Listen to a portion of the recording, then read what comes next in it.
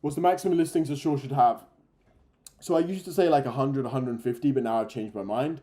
Well, just the market really changed, to be honest. So like about a year ago, I'd say like 100, 150.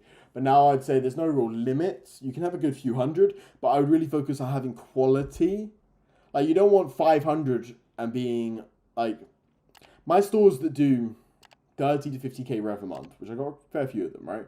They do 30 to 50 a month rev. They have anywhere from, on average, I would say, I actually should figure out, the average is like 150 products.